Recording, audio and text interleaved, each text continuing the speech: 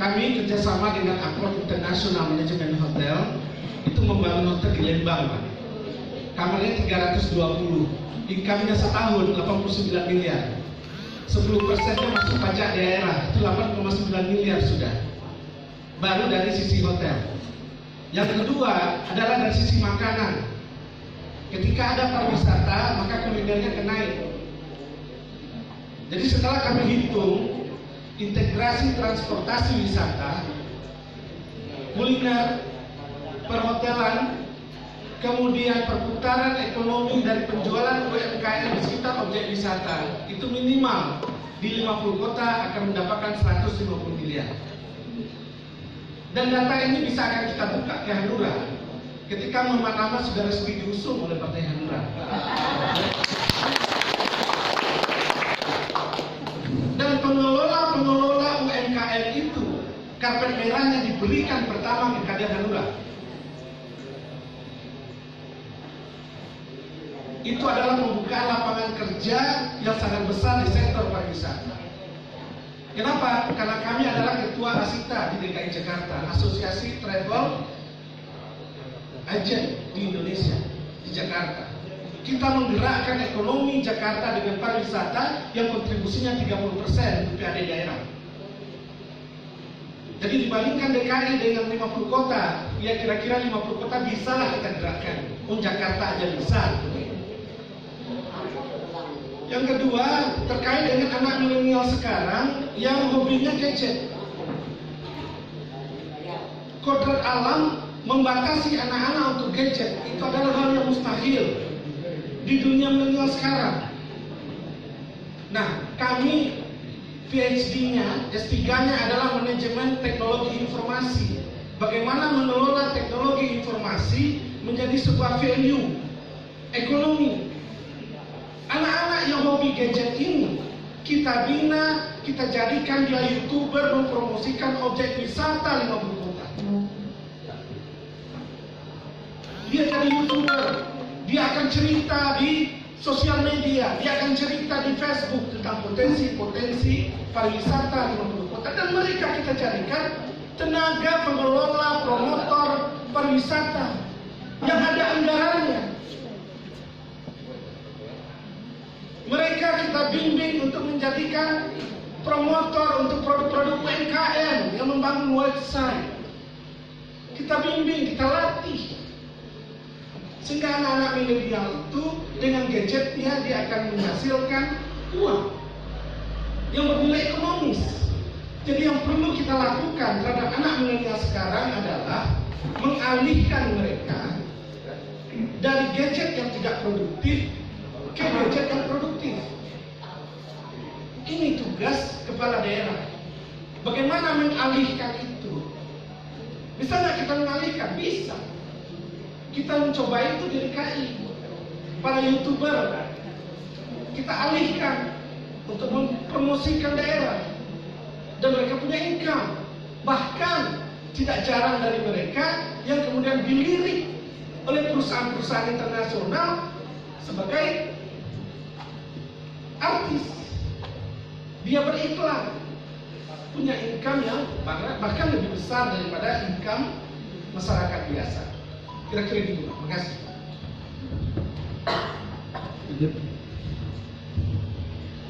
Ya, barangkali saya langsung saja tentang apa yang dikembangkan tadi, karena kebetulan nih Pak Muhammad Rahmat merupakan pemain pedang internasional ya. Kendala 50 kota selama ini dengan segala potensi yang ada itu kita lihat justru di hal-hal seperti ini ya. Buktinya dengan tidak termanfaatkan peluang di sebagai pasokan komoditi di masa nasihat itu. Yang ingin saya tanyakan ini tadi kan atau Pak Rahmat itu masalah makro dan mikro udah biasa itu kan. Jadi potensi peternakan kita itu ayam, salah satu telur ya. Jadi telur seperti apakah yang bisa diterima di pasar internasional itu? Lalu apa yang harus kita lakukan di sini? Yang kedua di sektor pertanian, Tadi juga telah digambarkan tentang gambir. Pertanyaannya yang sama. Sesuai jenis gambir yang ada di Sumatera Barat, bagaimana strategi masyarakat kita di tingkat dunia? Itu saja. Terima kasih. Langsung ditanggapi, Pak. Ya, yang pertama terkait dengan telur dan ayam. Yang penting kita untuk menembus pasar ekspor, kita harus mengikuti regulasi negara tujuan. Setiap negara tujuan itu regulasinya berbeda-beda. Ini yang belum dilakukan oleh kepala daerah. Di Singapura namanya FDA, Food Development Authority. Apa regulasinya yang mereka butuhkan? Dalam kandungan telur itu, kandungan kalsiumnya berapa, zinknya berapa, pestisidanya berapa, itu ada. Dan untuk menciptakan kandungan telur seperti itu, makanannya harus apa? Bisa kita lakukan? Sangat bisa. Sama juga dengan Malaysia. Sama juga kalau kita ingin menembus pasar Eropa atau pasar Amerika, ada USDA namanya, United States Development Authority. Nah, ini yang tidak dilakukan oleh kepala daerah selama ini.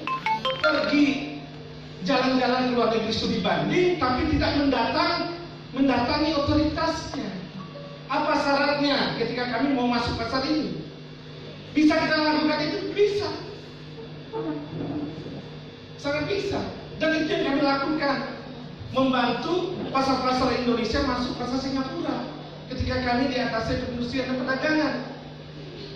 Bahkan waktu itu Mamanda, abang kita datang ke sana dan kami yang menerima. Waktu beliau aktif di anggota DPRD Tanah Datar. Gitu. Nah, terkait dengan gambir, sederhana juga. Kita stop aja kirim gambir, buat deklarasi. 50 kota stop kirim gambir selama 2 bulan. Nangis itu India. Bisa nggak bupati manggil duta besar India ke sini? Pasti datang dia. Dilakukan nggak? Nggak dilakukan. Bisa nggak seorang kepala daerah manggil duta besar? Bisa. Ketika terkait dengan produk strategis nasional. Gambir bagi India itu adalah produk strategisnya. Kita lakukan? Tidak. Kita bisa tekan? Bisa. Ada regulasi tentang gambir di kita? Tidak ada. Ada aturan antara petani dengan pedagang? Tidak ada. Ada sertifikat quality control produk? Nggak ada. Sementara pemerintah bicara kualitas, tetapi quality control certification tidak pernah dilahirkan oleh pemerintah daerah. Siapkan dulu kualitasnya. Jadi sangat mungkin, Pak. Tidak sulit itu. Dan itu tidak kalian bupati. Tak perlu seorang bupati yang ahli gambir. Tetapi yang diperlukan adalah bagaimana seorang bupati bisa mengelola potensi yang sudah ada di daerah kita. Iya, alhamdulillah. Siap ya. Oke. Waktu 4 menit lagi. Baik, terima kasih Pak Muhammad Rahmat. Tadi disebutkan PAD kita ini kecil sekali di 6% ya. Saya mau tahu Pak Rahmat tahu sebabnya nggak? Kok cuma 6%? Kecil sekali. Kalau kita mau lihat di dalam perspektif kelayakan berotonomi, di aspek keuangan, kita nggak layak berotonomi. Nggak layak. Karena setahu saya, paling tidak kita harus menghadirkan PAD minimal 30% di dalam total pendapatan APBD. Tapi ini kecil sekali. Yang kedua, APBD tadi terlihat juga seperti APBD ini hanya menjadi instrumen ya yang melayani kepentingan penyelenggara pemerintahan, eksekutif, legislatif, sisanya baru untuk rakyat. Ya, jadi pemerintahan ya, saya kira hanya sibuk urusnya diri sendiri. Dan kebiasaan yang saya lihat, alokasi anggaran untuk kepentingan publik itu adalah sisa dari ya hasil bagi-bagi eksekutif legislatif. Diselesaikan dulu kepentingan eksekutif dengan OPD-nya, diselesaikan kepentingan dewannya, lalu sisanya itulah yang digunakan untuk belanja orang banyak. Pak Rahmat siap nggak menghadapi kondisi kayak begini? Baik untuk memastikan bahwa ya aparatnya, OPD-nya, ya